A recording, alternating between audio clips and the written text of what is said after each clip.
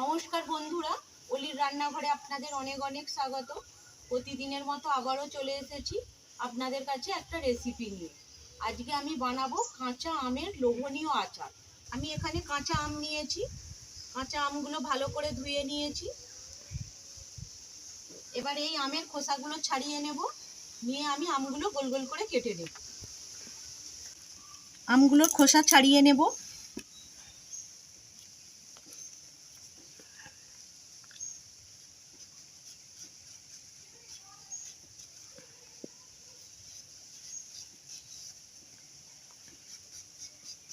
কাঁচা আমগুলোর আমি খোসা ছাড়িয়ে নিয়েছি। নেওয়ার পরে ধুয়ে নিয়েছি। ধুয়ে একটা শুকনো কাপড় দিয়ে ভালো করে মুছে নিয়েছি। এবার আমি আমগুলো গোল গোল করে কেটে নেব।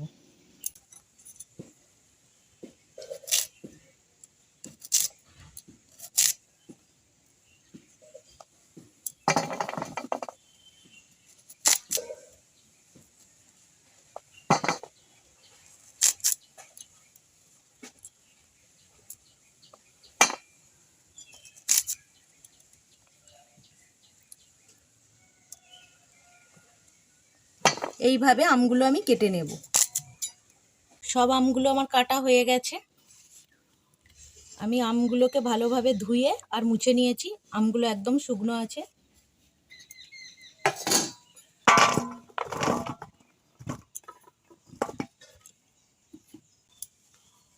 এখানে আমি চিনি নিয়েছি।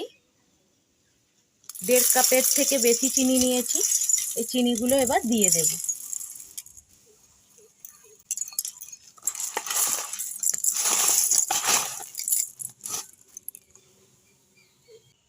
দু চামচ ভিনিগার নিয়েছি। ভিনিগারটা দিয়ে দেব। এবার ভিনিগার আর চিনিটা ভালোভাবে আমের সাথে মাখিয়ে নেব।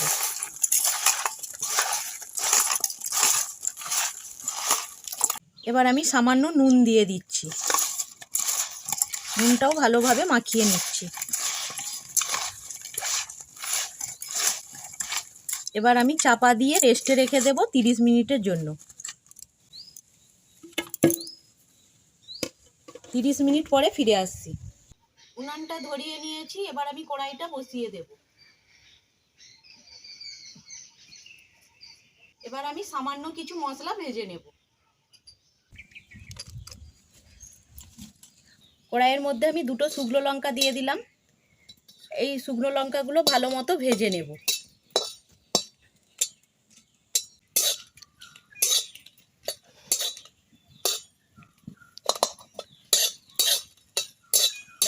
দিয়ে দেব একটা তেজপাতা। দিয়ে দেব সামান্য মৌরি।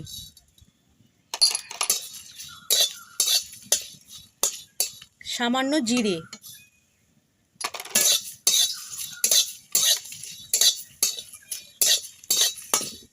এখানে আছে 5 ফোড়ন আর 6-7খানা গোলমরিচ।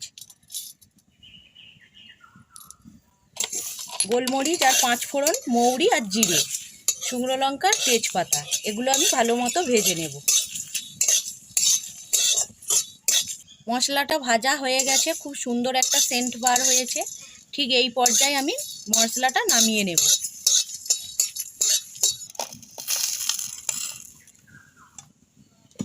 মশলাটা ঠান্ডা হয়ে গেলে আমি গুঁড়ো করে নেব।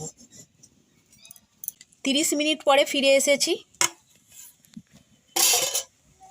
আমি এখানে 30 মিনিট রেখে দিয়েছি। আপনারা চাইলে 1 ঘন্টাও রাখতে পারেন। আর কতটা জল বেরিয়েছে দেখতে পাচ্ছেন আম থেকে। চিনির দানাটাও গুলে গেছে আর অনেক পরিমাণ জল বেরিয়েছে। কড়াই গরম হয়ে গেছে। কড়াইয়ের মধ্যে আমি আমগুলো দিয়ে দেব।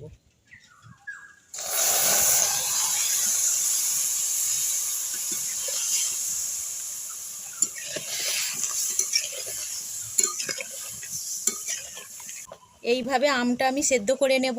বেশি নাড়ানাড়ি করব না, তাহলে ভেঙে যাবে।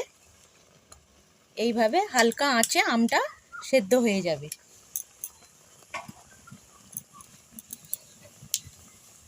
এবার আমি দিয়ে দেব সামান্য হলুদের গুঁড়ো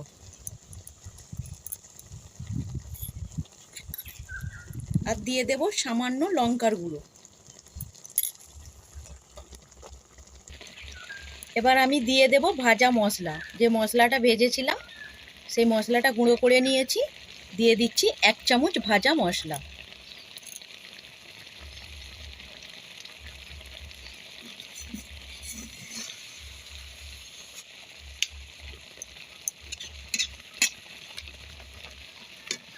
আচারের মধ্যে যে জুসটা আছে এটা ঠান্ডা হলে শুকিয়ে যাবে। এই আচারটা আপনারা রোদে না দিয়ে 1 বছরের বেশিও সংরক্ষণ করতে পারেন। আর আপনারা তেল ছাড়াই বানাবেন, তেল দেওয়ার কোনো দরকার নেই। এবার আমি আচারটা নামিয়ে নিচ্ছি।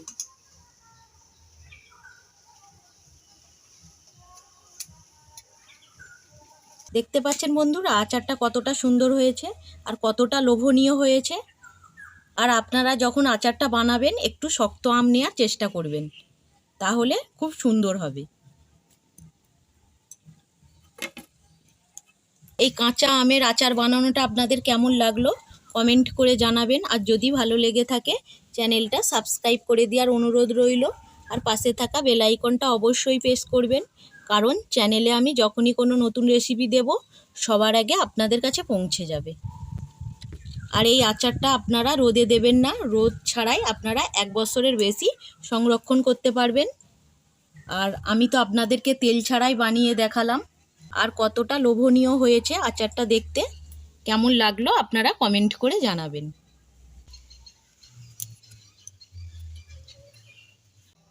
ভিডিওটা এখানেই শেষ করছি। আপনারা ভালো থাকবেন, সুস্থ থাকবেন। ধন্যবাদ।